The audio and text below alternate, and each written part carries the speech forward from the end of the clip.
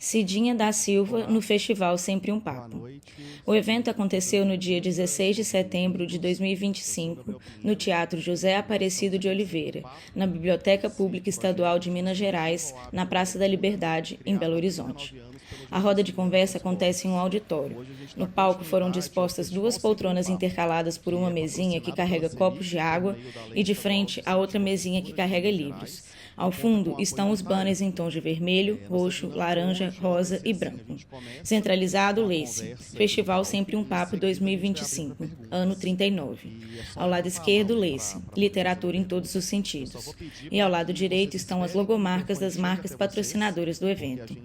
Da esquerda para a direita, a primeira pessoa sentada é Gabriel Pinheiro, um homem branco de cabelos curtos rente à cabeça de tom grisalho.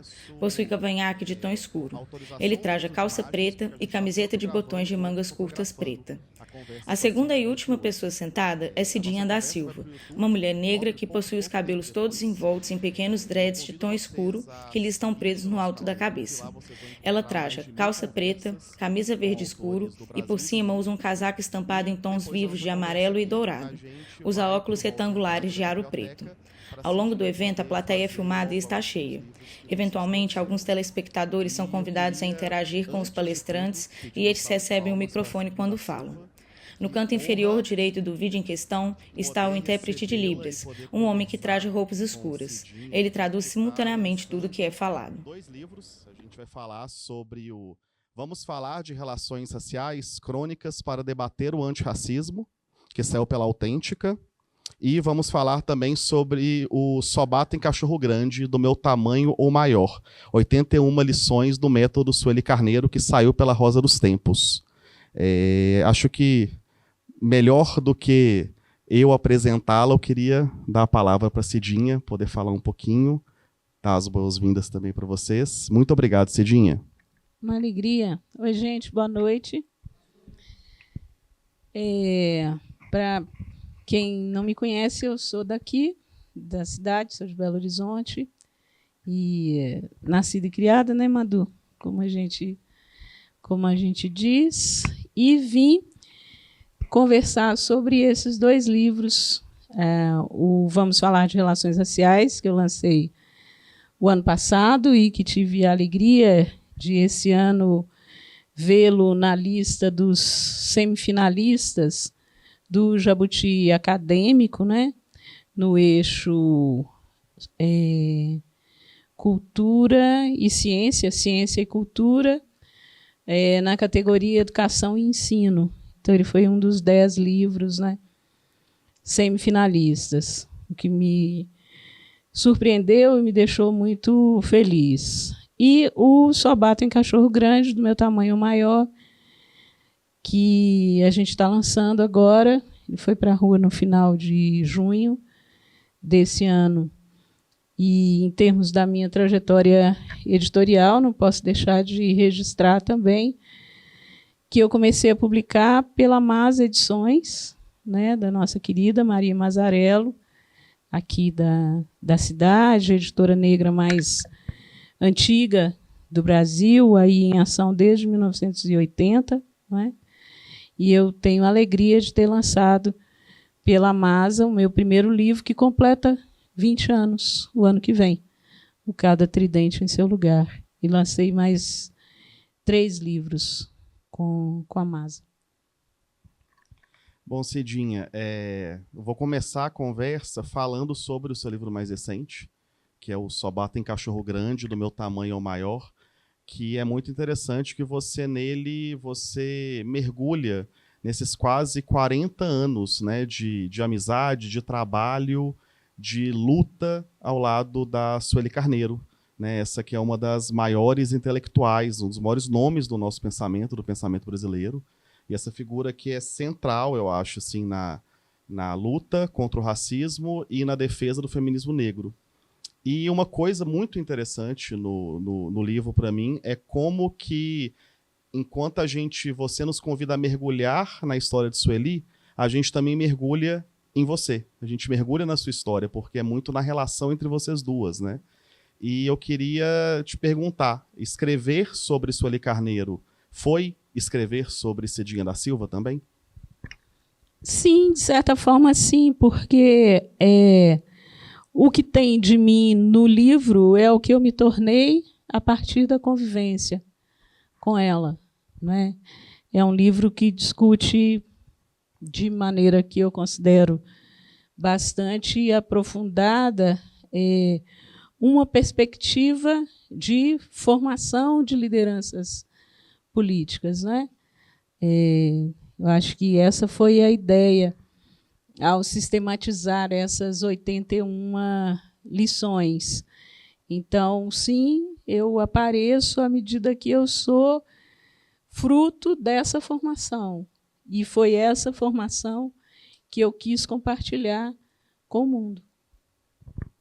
Eu acho bonito que num momento no final do livro, depois das 81 lições apresentadas, você comenta: Sueli Carneiro, a pessoa mais importante da minha vida, aquela que me deu a segunda vida, a que vivo hoje. Eu queria muito te ouvir falar mais sobre essa amizade, sobre como que começa o seu trabalho e a sua relação com a Sueli, como que ela foi se desenvolvendo e indo também para outro, né, assim, começa com uma relação, né, tem a admiração, tem o trabalho, mas se torna uma grande amizade. Eu acho que isso é muito importante na relação de vocês duas. Sim, eu conheci Sueli em 1988, em São Paulo, no lançamento do Tribunal Winnie Mandela, que foi a atividade que colocou o Gueledés Instituto da Mulher Negra, a organização que ela fundou em abril de 88, que colocou essa organização no mundo, né? Então, eu conheci Gueledés desde o nascedouro e me juntei a elas em 1991, em setembro de 1991. Isso de considerar, mais do que dizer, né, de considerar que Sueli me deu a segunda vida, essa que eu vivo hoje, é porque nós, que somos das tradições de matriz africana, a gente costuma dizer que o processo iniciático, né, nas relações de matriz africana é a segunda vida, né? No meu caso, foi a terceira, porque a segunda quem me deu foi Sueli. E esse dar a vida tem a ver com a forma como ela, a partir do incentivo, do lastro, de enxergar quem eu era, de investir nos meus sonhos, né? De possibilitar que eu crescesse, de ter me dado uma tela grande e ferramentas para que eu pudesse xilogravar a minha história, né? À medida que ela fez isso, ela me deu uma vida com perspectivas que eu não tinha, né? Então, essa é a essência dessa afirmação. Aí você falou sobre ela, esse apoio, né, instigar seus sonhos, esse apoio aos seus sonhos. Eu acho que essa é uma coisa que fica muito, muito presente no livro, né? O trabalho dela no Gueledés foi sempre muito nesse sentido, né?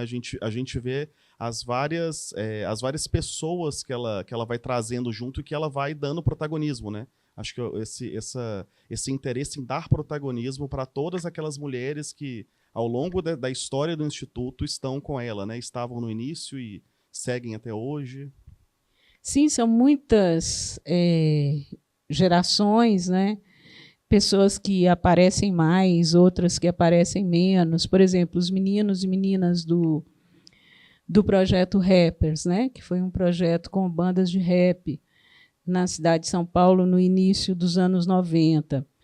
Tem vários deles que seguiram carreira, que se tornaram músicos, musicistas reconhecidos, mas tem outros que continuaram no ativismo político, são membros de conselhos tutelares, são professores, né, atuam em escolas, são pessoas que atuam na literatura chamada de marginal ou periférica, e todas elas passaram por essa escola, não é, Sueli Carneiro, por esse método de formação que eu procurei sistematizar, né, a partir da minha experiência e das minhas memórias, né? Mas sim, muita gente, por exemplo, a Áurea Carolina, aqui de Belo Horizonte, que foi deputada federal, foi vereadora, foi deputada federal. Eu trabalhei muito na campanha da Áurea para a vereança, né, aqui na cidade. E eu tinha acabado de conhecer a Áurea e pensei, isso aí, você conhece a Sueli? E aí ela me contou que ela tinha sido mentorada pela Sueli num curso de direitos humanos que ela fez assim, logo depois que saiu da graduação, algo assim, né? Então, são muitas instâncias, né, nas quais a Sueli, instâncias públicas nas quais a Sueli atua há mais de 45 anos, né, entre 45 e 50 anos, e são várias gerações que passaram por essa influência benfazeja dela. Você comentou sobre o grupo Rappers, né? E é muito. Tem um momento no livro que você fala, acho que você responde um possível convite da Sueli participar de um evento, e você fala, não, mas ela não vai. Ela vai. Para ela seria muito mais interessante mandar um integrante do grupo que vai ter realmente.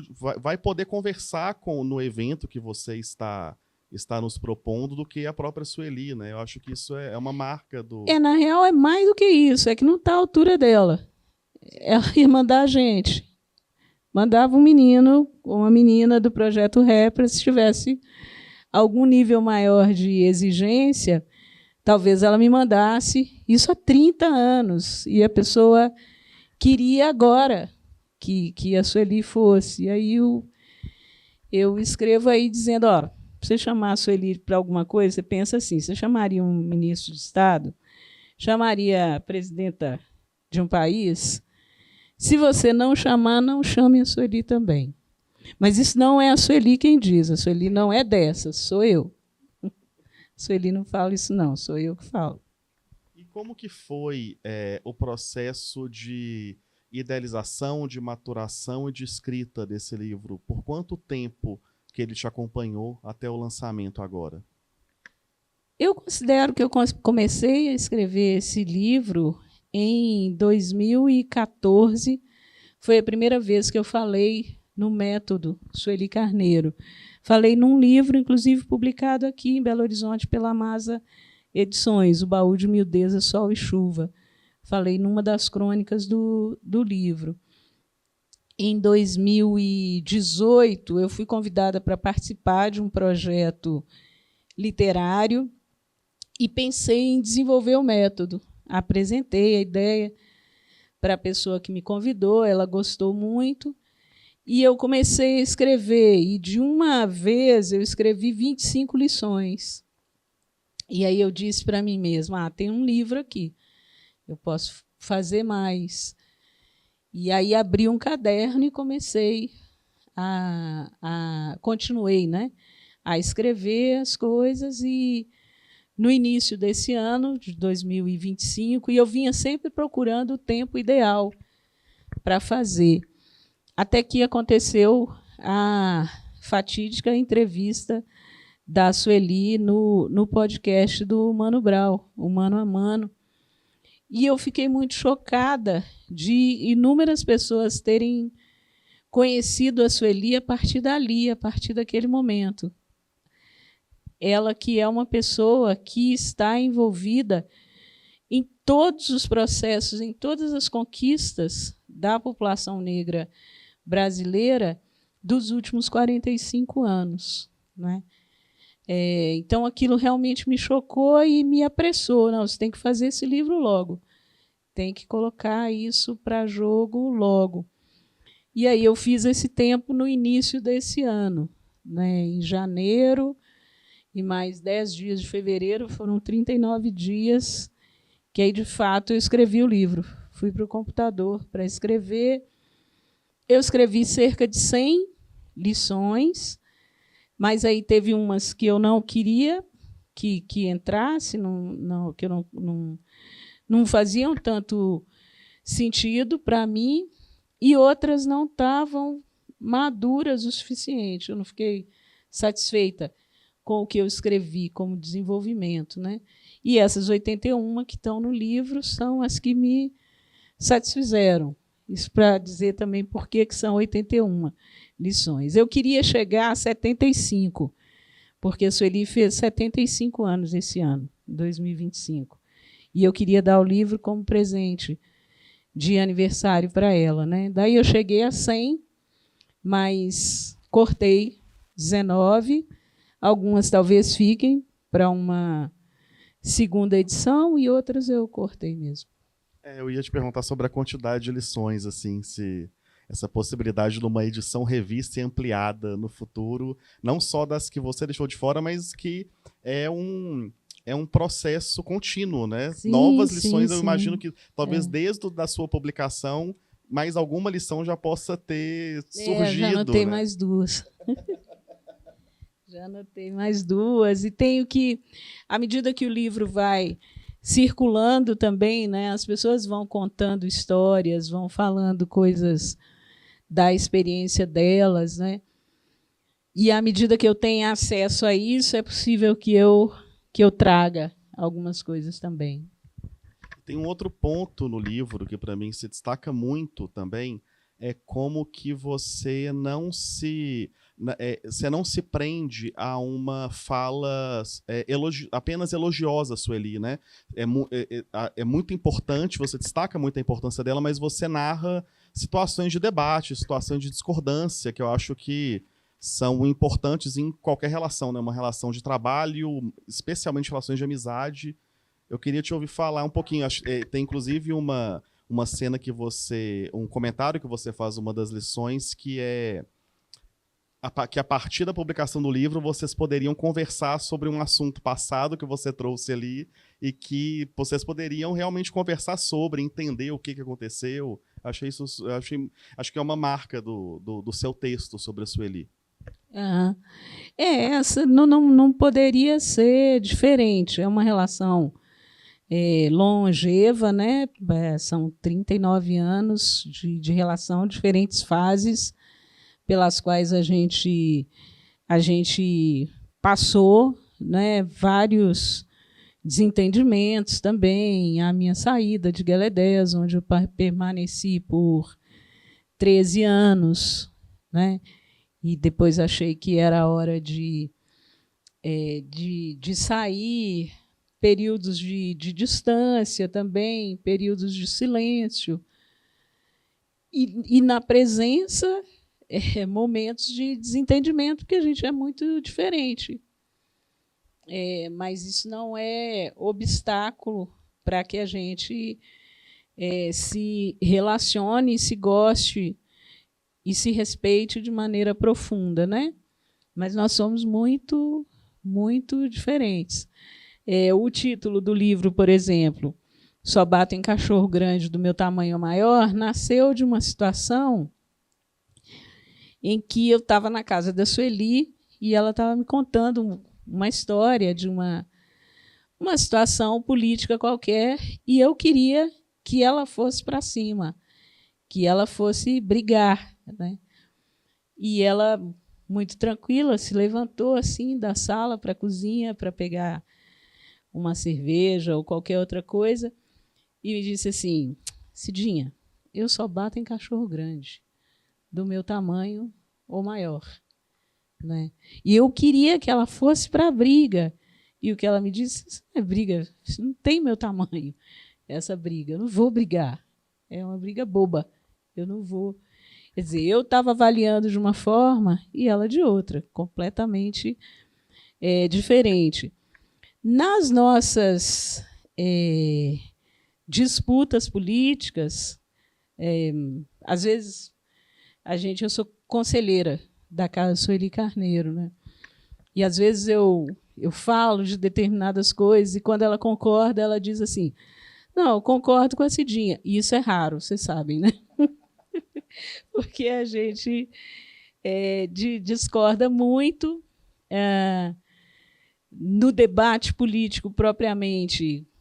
Quase sempre ela me venceu, porque os argumentos dela são melhores, né? São mais consubstanciados, e tem também uma característica de visão política que a Sueli tem, que é única. Ela consegue ver os diversos aspectos de uma situação e imaginar cenários, né, para todos eles, a partir do desenvolvimento de todos eles, o que faz com que ela tenha uma visão muito ampliada e muito aprofundada das coisas, né? Então, às vezes, é um exercício quase de retórica defender a minha posição, e ela vai desconstruindo coisa por coisa, mostrando o que está errado, o que eu não tô prevendo naquela análise, né? Aspectos que estão escapando. E esse é um processo de formação contínuo, né? Conversar com ela é sempre esse exercício de formação, porque o pensamento dela é muito ágil e muito abrangente. E a gente está aqui falando do pensamento de Sueli, mas ela gosta mesmo de se entender e de se apresentar como ativista política, né? Essa coisa do pensamento é secundário para ela, é um pensamento que se faz ação todo o tempo, né? Isso que para ela é o mais importante. E é legal te ouvir falando agora alguma dessas histórias, porque o seu livro tem muito tom da conversa, né? Você tá realmente conversando com o leitor, você traz um tom de voz de uma conversa, de uma proximidade, de trazer a gente para próximos de você e da Sueli. Eu achei legal, assim, eu estou te ouvindo e tô lembrando do livro, estou lembrando de alguns dos pontos que você traz, algumas das lições. Eu acho, Gabriel, que isso deve ter a ver também com o fato de eu ser cronista, né? E ter essa prática, esse exercício da crônica muito demarcado no meu fazer literário, né? Dos meus 23 livros, 13 são de crônicas. Então, e tem algumas pessoas, outro dia eu dei um exemplar do livro para o Milton Atum. E ele, muito gentil, depois fez um comentário sobre a leitura, e ele começa a dizer: li suas crônicas. O Cachorro Grande, ele leu como crônica. Tem um dos meus leitores críticos, o Arthur Moura Campos. O Arthur também começou a ler o livro entendendo ele como um livro de crônicas, que não é o meu entendimento, mas acho que é também possível. Imagina, se o Milton Atum leu assim, quem sou eu para dizer que não é possível, né? Mas não é propriamente o meu entendimento. Eu acho que ele é um livro de memórias, mas essa entonação talvez esteja mesmo presente, porque é muito do meu ofício, né? Às vezes, até escrevendo contos, eu levo para os contos cacoetes da crônica, e eu preciso ficar muito atenta para cortar, porque eu estou escrevendo conto, eu não estou escrevendo crônica, né?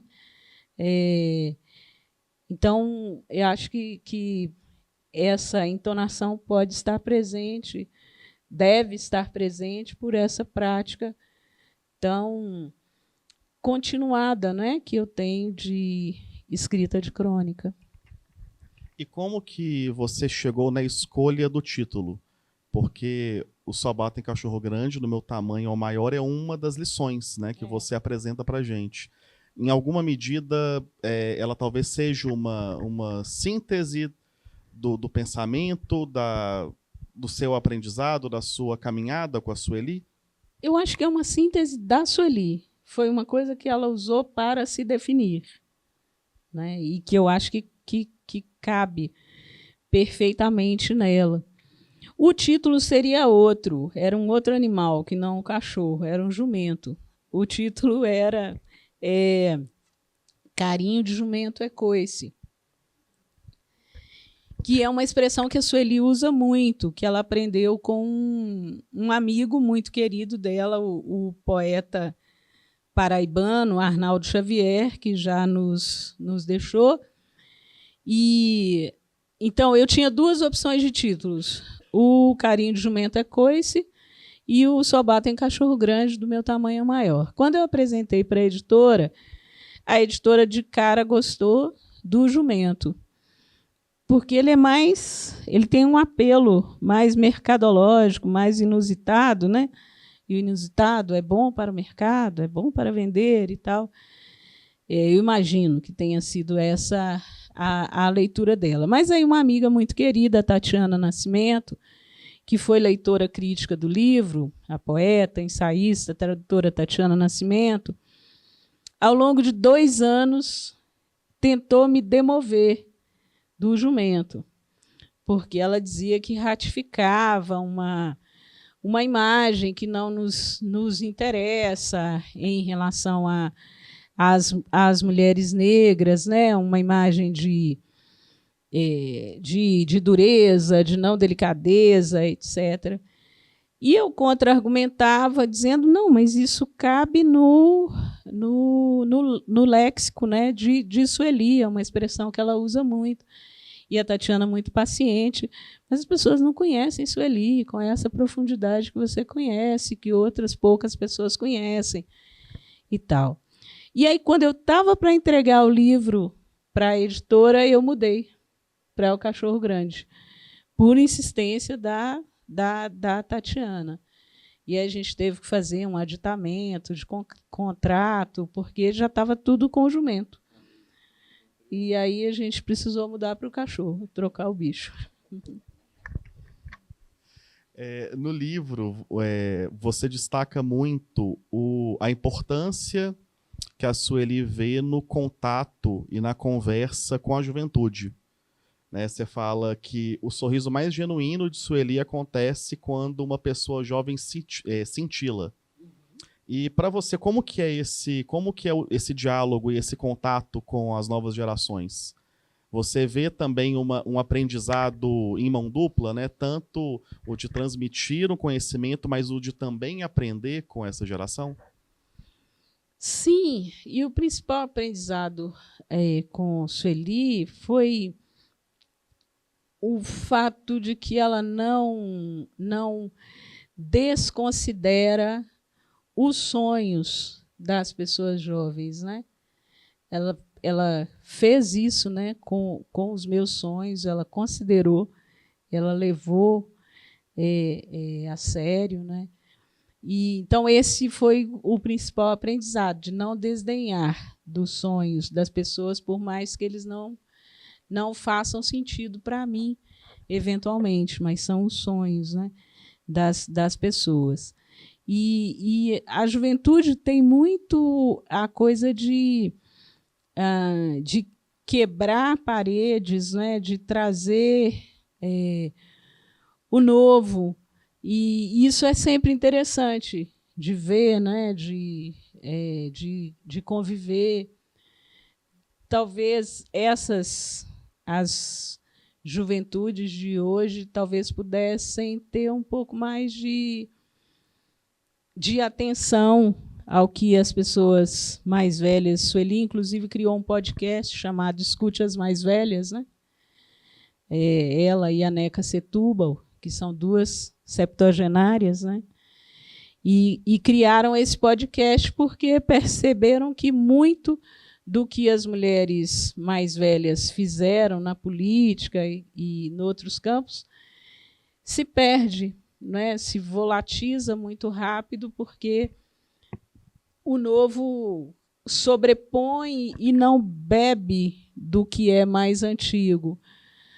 E o que é quase uma burrice, porque facilita a vida da gente, né? Se a gente aprende com quem veio antes, já errou, já refez o caminho, a gente economiza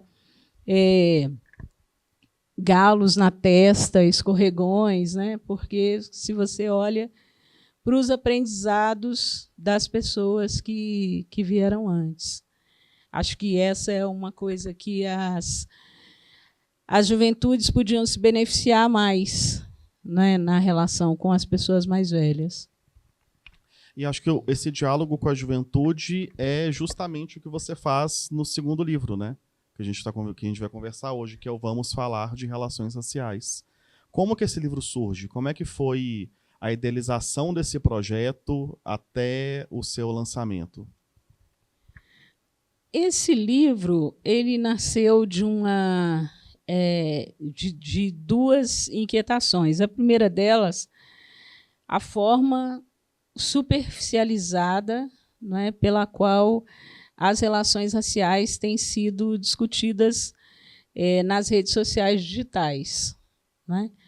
Isso é uma coisa que me incomodava, continua incomodando muito, e eu pensava que, a partir desse incômodo, que a gente precisa, né, de coisas que tenham mais densidade, né?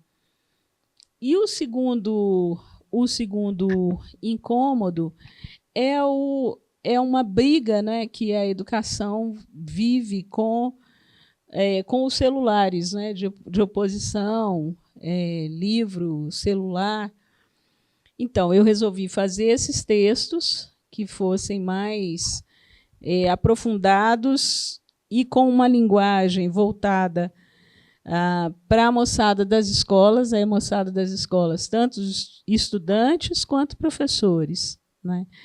Então, a gente fez um livro que é composto por crônicas que tratam, né, da temática do racismo, das desigualdades raciais, que fazem uma leitura crítica da mídia em relação à representação desses temas.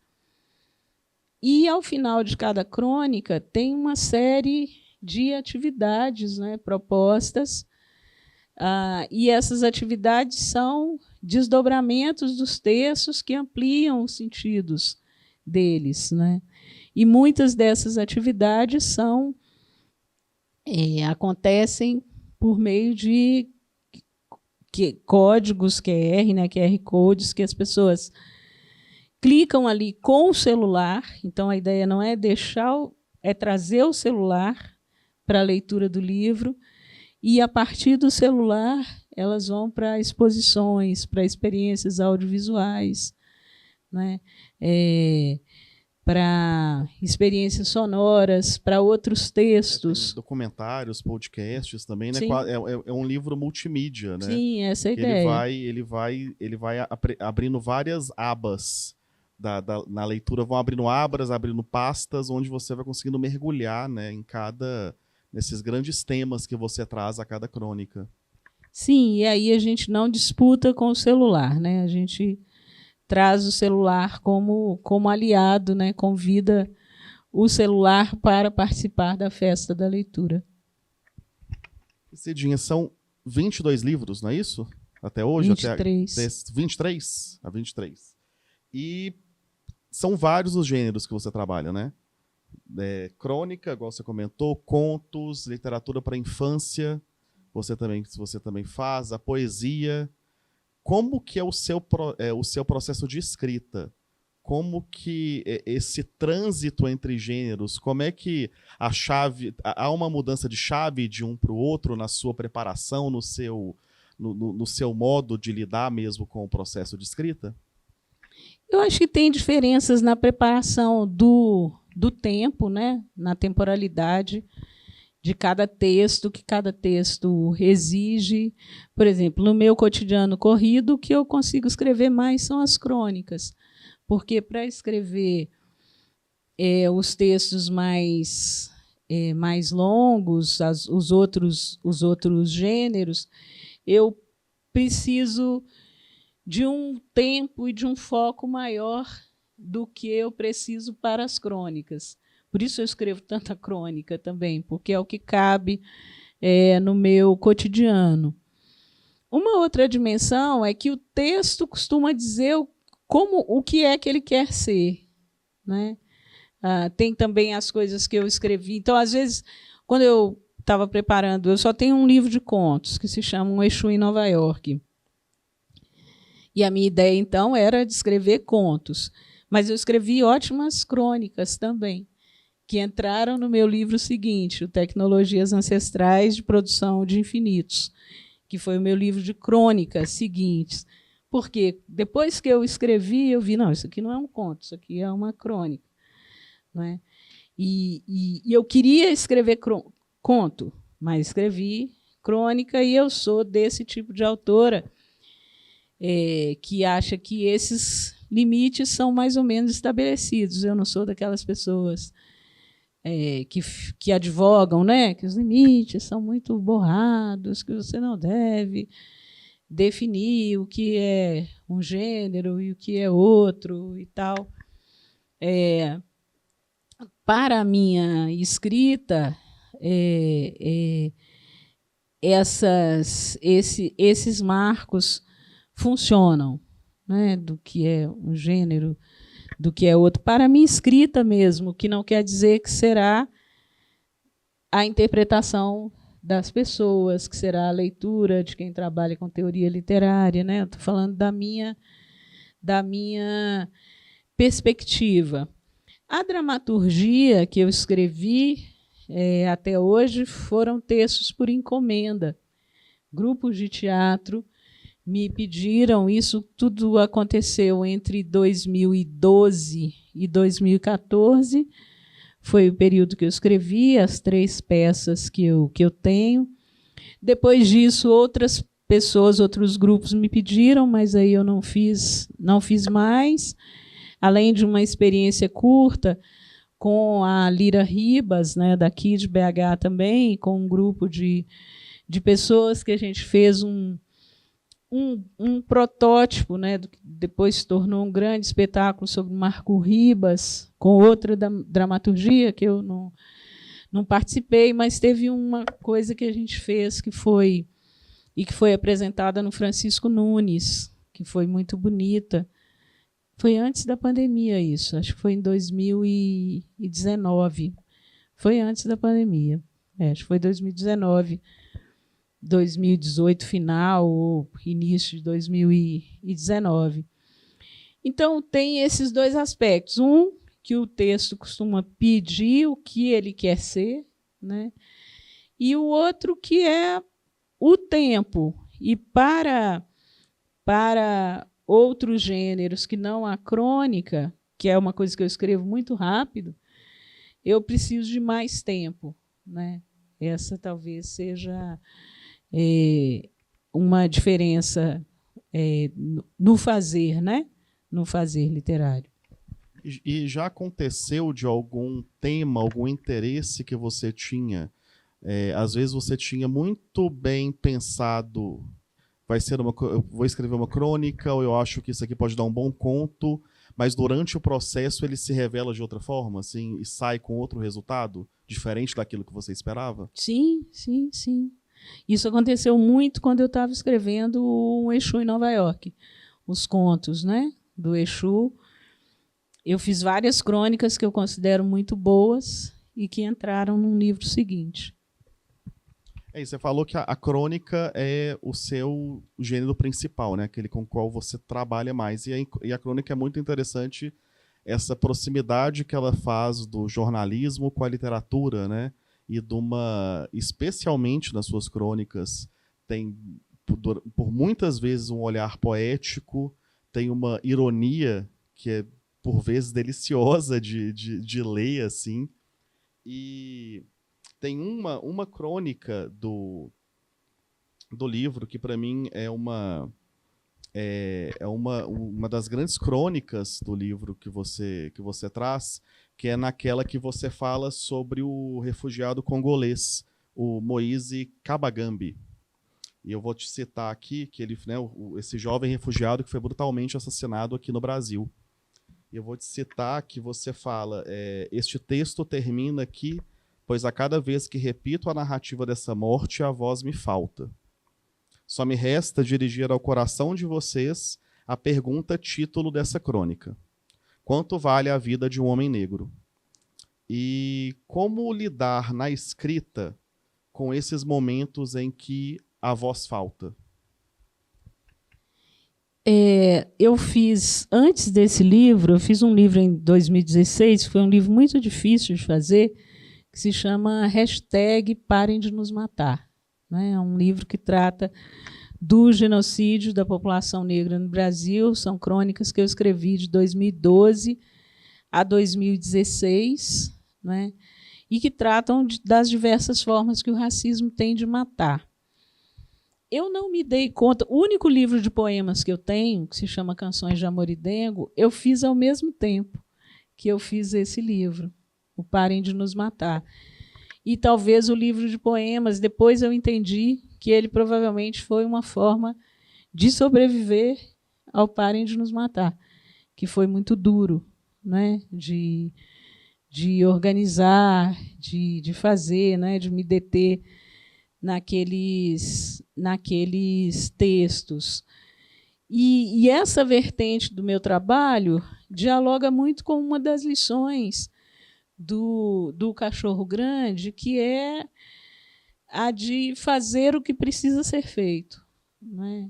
Independentemente do meu prazer, da minha alegria, que não existe em escrever esse tipo de texto, ele precisa ser escrito.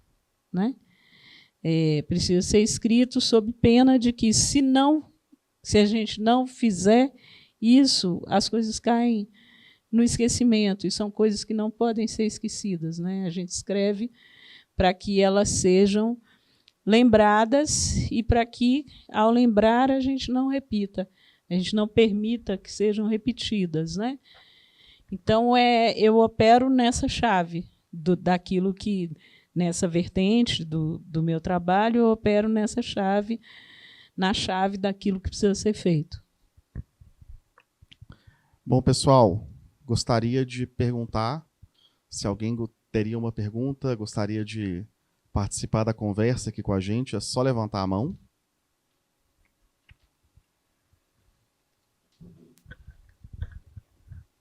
Boa noite.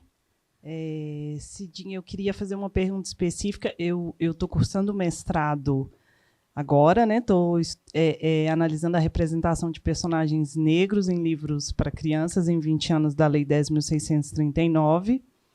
A Sueli, ela aparece na minha dissertação dentro desse referencial teórico, o dispositivo de racialidade, né? Tem me ajudado a pensar bastante nessa dinâmica. E, especificamente, quando eu vou levantar a questão das autorias negras, a inserção no mercado editorial de autores negros, e, dentro desse circuito de consagração, eu uso um texto seu para o Gueledés, que fala sobre o Jabuti 2019, que, né, é a mídia negra comemorando que tem uma manchete específica, né, o Jabuti nunca foi tão preto, né, sendo que você nos leva a pensar de como tem um trecho até contundente, né, que é como se fosse um cala-boca do mainstream, né, e é o que eu sinto, assim, focar em representação. No caso do Jabuti, era um grande ator apresentando, a Conceição Evaristo como homenageada, mas somente um vencedor, né? E aí você levanta essa questão dos anos anteriores, quase sempre um único autor negro sendo premiado, e para a gente pensar nisso, tanto em relação a por que a gente não chega, quem que define esses critérios de consagração. Eu queria saber de você se você considera que de 2019 para 2025 alguma coisa mudou, se a gente evoluiu de alguma forma nesse sentido. Sim, obrigada pela pergunta. Eu acho que mudou. E o que mudou é principalmente a constituição dos júris. Porque é a constituição plural dos júris que faz com que grupos diversos estejam presentes nas premiações, né? Se você... a gente teve lá em 2016, acho que foi 2016, no Oscar de 2016, que não teve ninguém negro, né, premiado e tal, nenhuma categoria. Nos anos seguintes aconteceu o quê? A mudança do júri. É isso o que garante, né? De 2020 para cá, a gente tem tido mais pessoas negras, né, premiadas no Jabuti, especificamente, e você tem também no júri, na composição do júri. Isso define, né? O ano passado, 2 mulheres negras ganharam o Prêmio São Paulo, o que é absolutamente inédito, né? O prêmio de romance consolidado, de autora já consolidada, ganhou a Luciane Aparecida, né, com Mata Doce, e no romance de estreia ganhou a Eliane Marques com Louças de Família. Mas nós tivemos 3 mulheres negras no júri e uma na curadoria. Então, isso define, porque são leituras, não é que elas definam, agora as mulheres negras vão ganhar. Não, são feitas leituras e defesas dos livros que outros jurados provavelmente não farão. E, às vezes, a gente convence as pessoas quando a gente lê e mostra o que um livro tem de riqueza que o outro colega não está vendo porque tem um olhar, ou porque tem um olhar viciado, ou porque não consegue ver, né, com a profundidade que a gente que está fazendo a defesa dos textos vê, né? E um compromisso também de, em situações de desempate, escolher pessoas que vêm de grupos que não são os grupos que têm, historicamente, a facilidade para produzir, a facilidade que eu digo não é no fazer propriamente, é nas condições materiais que nos permitem fazer, que permitem que a fruição aconteça ou não, né? Então, a diversificação da composição dos júris é fundamental. É isso que vai fazer com que trabalhos diferentes daqueles que, historicamente, conseguem chegar aos primeiros lugares, é isso que vai fazer com que outros sujeitos cheguem. Mais alguma? Madu. Boa noite, Cidinha. Bom te ver de novo. Boa noite, todo mundo. Dentro dessa mesma questão da diversidade nos júris, pensar, mas é um bate-papo mesmo, porque formular uma questão, pensar nisso, Cidinha, pensar também no tempo que o Festival Sempre um Papo tem, no esvaziamento do auditório para ouvir Cidinha da Silva, e pensar nessa dificuldade que nós, negras e negros, com os movimentos articulados, com a produção literária, com a produção cultural, ainda não nos damos conta do pertencimento, sabe? De estarmos aqui e de poder falar, e de poder dividir e chamar os outros. Então, Cidinha, é sobre isso que eu queria... Até dentro, que eu ainda não li o livro, não, eu acabei de comprar. Mas eu fui abrindo aqui, e a partir da sua fala, pensando naquela parte que fala da barriga da besta, que você até fez um comentário aí, não é? Que ainda nós estamos vivendo essa questão dos jovens não ouvirem os mais velhos, e por isso não nos ajudarem a vencer esse sistema tão bem engendrado que é o racismo, porque aí a gente está assistindo pardismo, está assistindo um monte de processo que não nos ajudam a avançar, e haja Cidinha, e haja Madu, e haja literatura infantil preocupada com a representatividade da criança negra, para que a gente avance de fato. Evoluímos, sim, mas como um pouquinho de areia num deserto, né? Queria te ouvir um pouco mais sobre isso.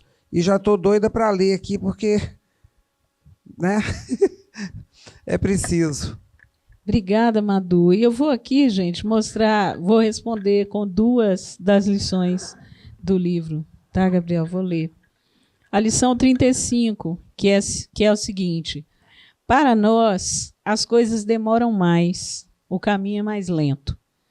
O pronome nós, aqui nessa lição, refere-se às jogadoras do jogo duro, a gente insurgente de qualquer idade ou geração que não se utiliza de rapapés, beijamão e salamaleques.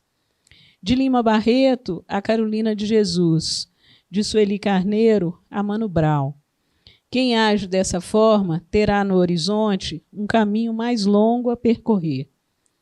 No campo das artes, por exemplo, penso de maneira recorrente nas artistas negras sem lastro econômico que lhes garanta o tempo da fruição, acarretando lentidão na caminhada. Em conversas recentes, Sueli me advertiu a respeito da fala inócua sobre a necessidade de a esquerda mudar os métodos de comunicação para abraçar os grandes públicos da direita. Abre aspas. A esquerda não vai atingir esse público, tanto porque ele não quer ouvi-la, quanto porque os métodos que a direita usa para gritar nunca serão os da esquerda, e se forem, ela deixará de ser esquerda. Comunicar-se melhor, de maneira ágil, é fundamental para impulsionar a comunicação, mas a esquerda não atingirá o público da direita. Fecha aspas.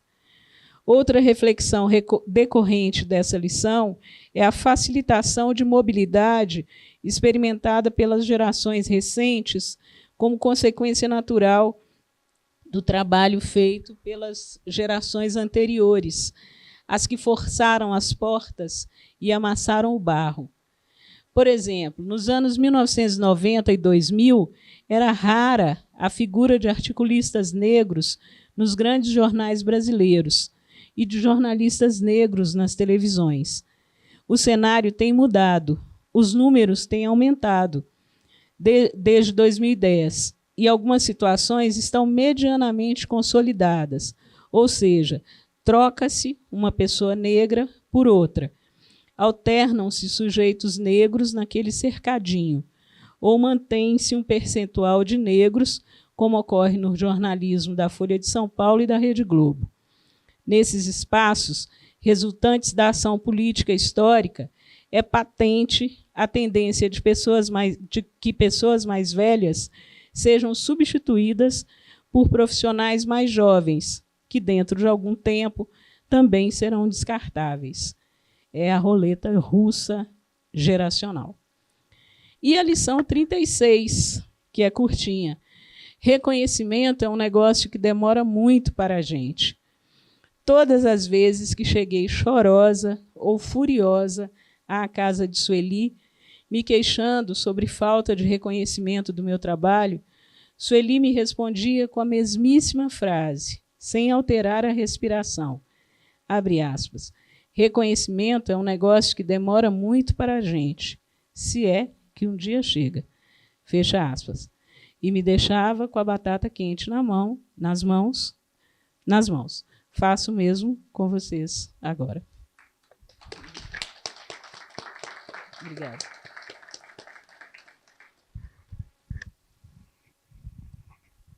Bom, Cidinha, queria fazer mais uma pergunta para você. Veio à tona, mais recente, um debate sobre o que pode ou não ser chamado de literatura aqui no Brasil. E é curioso perceber que essa discussão ela surge justamente quando literaturas de autoria negra, literaturas de autoria feminina, literaturas de autoria LGBTQIAPN+, elas passam a ganhar mais interesse do mercado, né, o interesse de editoras, passam a estar mais presentes em premiações literárias, vitoriosas em premiações literárias no país, e do interesse do público também, né?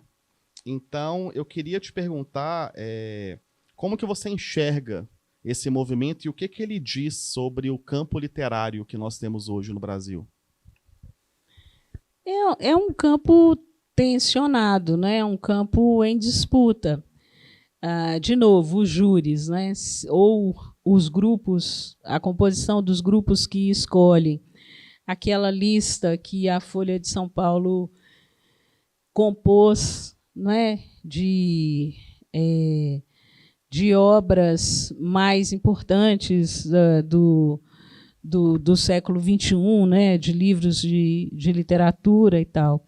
Aquele retrato que foi feito ali, que foi apresentado às pessoas, ele só foi possível porque havia um júri de composição diversa, né?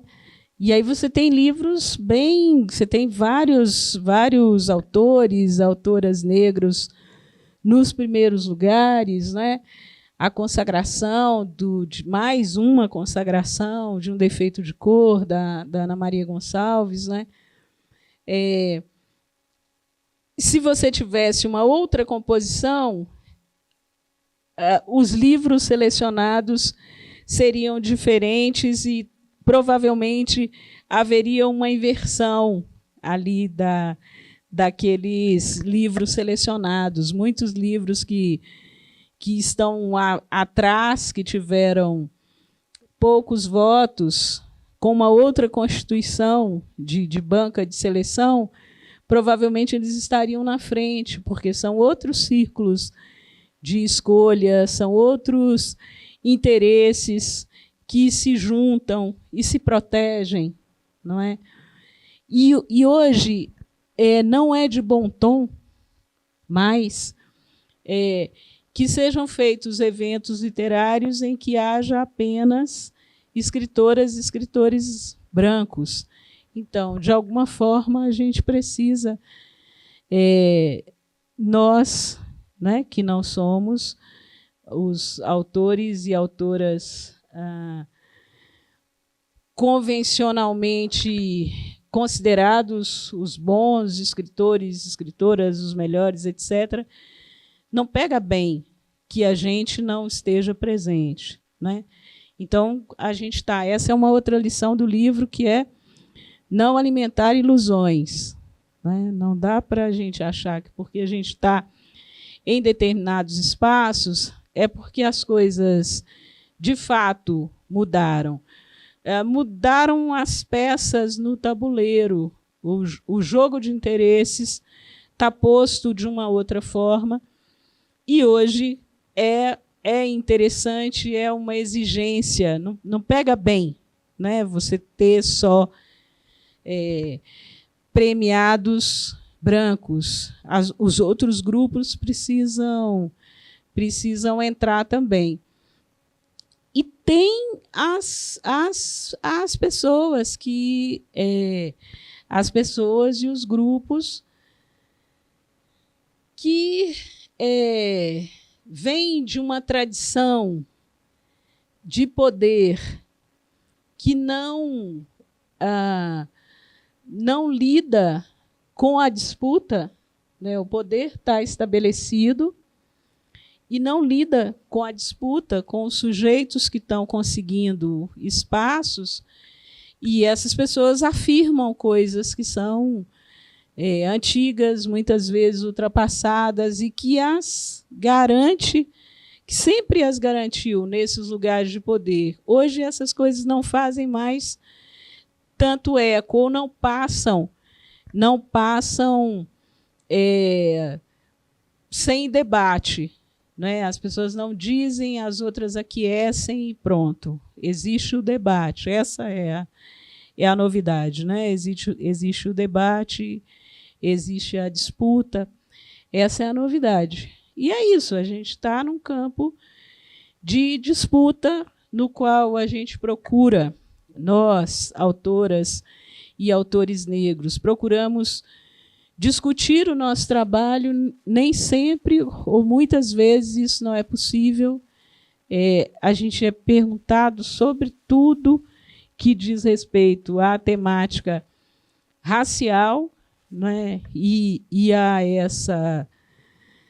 esse exercício de representatividade, essa coisa, quando o que se deveria debater, de fato, é a literatura, se a gente está falando de literatura, é a literatura que esses sujeitos produzem. Não é? Eu me canso de ser entrevistada por pessoas que não leem o meu trabalho. Elas têm perguntas clichê que elas fazem para autoras negras, repetem para todas, e é isso. Né? E é bastante livro para ler, né? São 23, ela pode escolher, né? Ali, pode escolher o gênero, pode escolher se não gostar títulos, muito de né? crônica, pode ler contos, pode ler teatro, né? São muitas... que é uma atitude de respeito, né? Com aquela pessoa que está sendo entrevistada para falar sobre o seu trabalho. Mas muita gente não lê, não conhece nada e tem perguntas clichê. E esse campo está em disputa, ele está efervescente, as pessoas estão chegando, e estão chegando em grande número. Né? Hoje a gente pode falar de escritoras negras que são romancistas, e a gente tem um espectro muito variado, não é? Que vai da Luciane Aparecida, que a gente já falou aqui, da Eliane Marques, a Ana Maria Gonçalves, a Conceição Evaristo, que são autoras que peguei duas mais jovens, né, e duas que já têm mais tempo, que estão na estrada. Elas não têm rigorosamente nada a ver uma com a outra. São literaturas completamente distintas. E isso é riquíssimo. Isso é riquíssimo. Se a gente pega outras autoras, como Yasmin Omati, que é do Rio Grande do Sul, como Eliane Marques, não tem nada a ver com a Eliane Marques. Uma faz uma coisa, outra faz outra, muito diferente. A gente pega a Tatiana Nascimento, que lançou o primeiro romance agora, que é uma escritora de Brasília. Andressa Marques, que também é uma escritora de Brasília, que lançou o primeiro romance agora. Elas não têm nada a ver uma com a outra. A literatura delas é completamente diferente. Isso é riquíssimo. Aí a gente tem contistas, tem cronistas, tem poetas. Não é? Então, hoje é possível falar sobre isso, sobre essas autorias de mulheres negras na literatura brasileira. E a gente precisa cada vez mais desse exercício, né, de uma leitura que garanta a nossa alteridade, não é? A nossa produção de livros para as infâncias, né? A Madu Costa, que está aqui conosco, que tem uma produção vasta. A Sônia Rosa, que também tem uma produção vasta. Talvez essas duas, Madu Costa, Sônia Rosa, junto com Heloísa Pires Lima, né, talvez sejam as nossas 3 autoras de produção, de maior produção. É gente que tem 30 livros, 40 livros, 60 livros. É muita coisa. Né? Tem outras escritoras que produziram um número menor de livros, como eu, como a Inaldete Pinheiro, de Pernambuco, né? Que é de uma geração mais velha também, uma autora aí em atividade, que está caminhando para os 80 anos. E são muitas